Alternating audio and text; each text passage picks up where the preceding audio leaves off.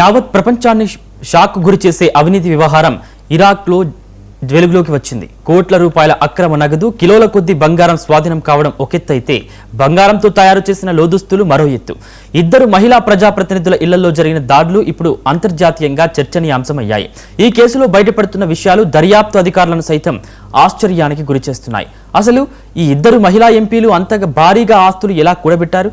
బంగారంతో లోదుస్తులు తయారు చేయించుకోవడం వెనుక అసలు కారణం ఏంటి? ఇప్పుడు చూద్దాం.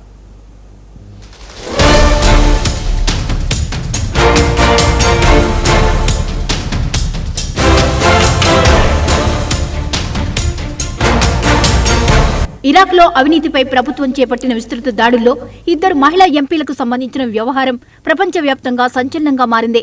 దేశంలో భారీగా పెరిగిన అవినీతిని అరికట్టేందుకు అధికారులు తనిఖీలు ముమ్మరం చేయగా అక్రమంగా కూడబెట్టిన ఆస్తులు వెలుగులోకి వచ్చాయి.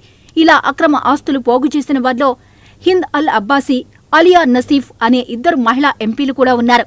వీరి ఇళ్లపై నిర్వహించిన దాడుల్లో వందల కోట్ల రూపాయల నగదు, కిలోల కొద్దీ బంగారం స్వాధీనం చేసుకున్నారు అధికారులు.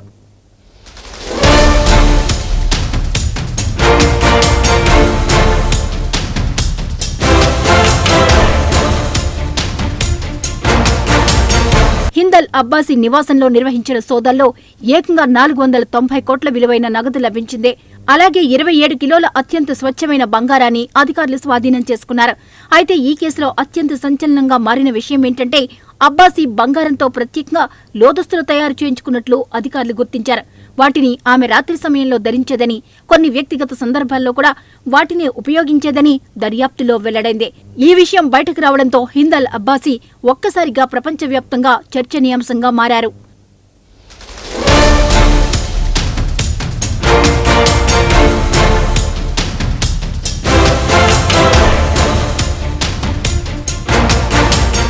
మరోవైపు అలియా నసీఫ్ ఇంట్లో కూడా 130 కోట్ల నగదు, భారీ మొత్తంలో బంగారం స్వాధీనం చేసుకున్నారు. ఒకప్పుడు అవినీతికి వ్యతిరేకంగా పోరాడిన నసీఫ్ తర్వాత అదే అవినీతి ఆరోపణలో చిక్కుకోవడం విశేషంగా మారింది. Parliament integrity committee vice chairman గా ఉన్న ఆమె తన పదవిని అక్రమాలకు అనుకూలంగా వినియోగించినట్లు ఆరోపణలు వచ్చాయి. ముఖ్యంగా చమురు మంత్రిత్వ శాఖలో జరిగిన అవినీతి లావాదేవీలపై విచారణలో ఈ వ్యవహారం బయటపడింది. ఈ కేసులో ఇప్పటికే 67 మందికి పైగా అధికారులు, ప్రజాప్రతినిధులను ఇరాక్ అధికారులు అరెస్ట్ చేయడం అక్కడి రాజకీయాల్లో సంచలనంగా మారింది.